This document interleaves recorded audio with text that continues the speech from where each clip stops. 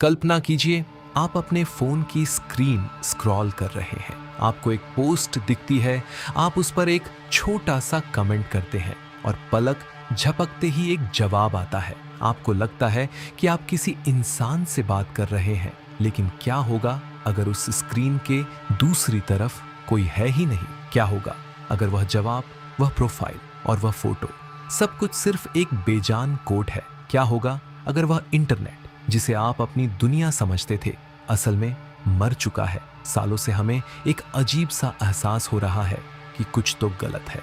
Internet अब पहले जैसा मजेदार और जोड़ने वाला नहीं लगता। 2021 में अगोरा रोड्स मैकिंटोश कैफे नाम के एक गुमनाम फोरम पर एक थ्योरी सामने आई, जिसे कहा गया डेड इंटरनेट थ्योरी। इस थ्योरी का दावा बहुत डरावना और गहरा था। इसके अनुसार इंटरनेट साल 2016 के आसपास ही दम तोड़ चुका है। जो आज हम देख रहे हैं वह एक बनावटी वास्तविकता है, जिसे इंसानों ने नहीं बल्कि आर्टिफिशियल इंटेलिजेंस और बॉट्स ने पूरी तरह से अपने कब्जे में ले लिया है। शुरुआत में यह एक पागलपन भरा षड्यंत्र लगता था, जिसे नजरअंदाज करना आसान था, लेकिन जब हम आंकड़ों की गहराई में उतरते हैं तो सच सामने आने लगता है। 2016 में ही एक सुरक्षा फर्म ने खुलासा किया था कि इंटरनेट का आधे से ज्यादा ट्रैफिक इंसानों का नहीं बल्कि बॉट्स का था। आज हालात और भी बुरे हैं। आयरलैंड जैसे देशों में तो 71% ट्रैफिक सिर्फ खतरनाक बॉट्स का है।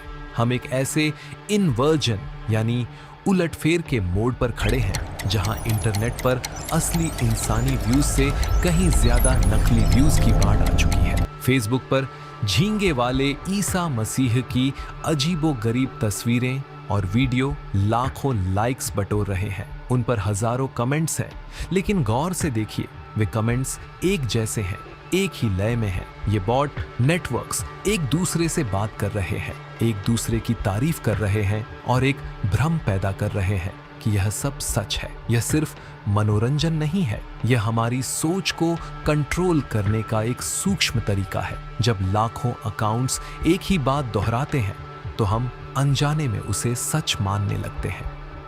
बड़ी टेक कंपनियां और सरकारें इस नकली माहौल का फायदा उठा रही हैं। आज इंटरनेट हमें वह नहीं दिखाता जो हमारे लिए जरूरी है, बल्कि वह दिखाता है जो हमें स्क्रीन से चिपकाए रखे।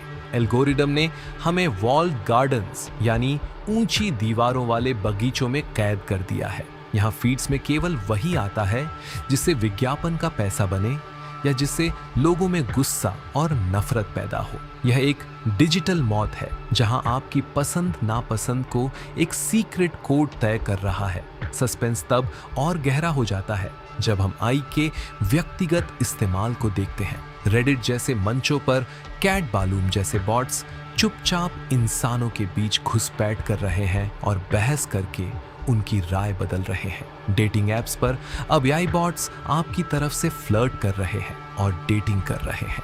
हम जिस इंसान से अपनी भावनाएं साझा कर रहे हैं वह शायद एक डिजिटल लाश के सिवाय कुछ नहीं है। कंपनियां अब एआई प्रोफाइल बना रही हैं जो खुद को दादा दादी या दोस्त बताकर हमारा भरोसा जीतते हैं, सिर्फ इसलिए ताकि वे हमें कोई प्रोडक्ट बेच सकें या हमारे डेटा का फायदा उठा सकें।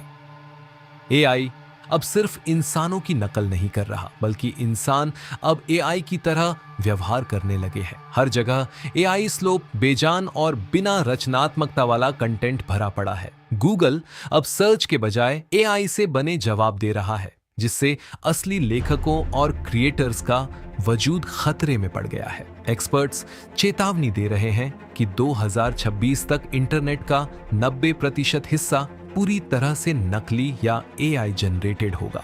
हम एक डार्क फॉरेस्ट यानी एक अंधेरे जंगल में भटक रहे हैं जहां असली इंसानी जुड़ाव खत्म होता जा रहा है। जो इंटरनेट कभी पूरी दुनिया को जोड़ने का सपना था, वह अब विज्ञापन और एल्गोरिदम के शोर में कहीं खो गया है। यह एक ऐसी दुनिया बन गई है जहां हम मशीनों को फीड कर रहे हैं और मशीनें हमें प्रोग्राम कर रही हैं। पुरानी पीढ़ी पूछती थी कि इंटरनेट से पहले की दुनिया कैसी थी, लेकिन हमारी पीढ़ी शायद एक दिन यह पूछेगी, क्या तुम्हें याद है जब इंटरनेट पर असली इंसान हुआ करते थे? शायद वह समय आ गया है जब हमें रुककर सोचना होगा, इस डिजिटल सन्नाटे में क्या वहां वाकई कोई जिंदा है, या आप भी सिर्फ एक मशीन के बनाए हुए आईने से बात कर रहे हैं?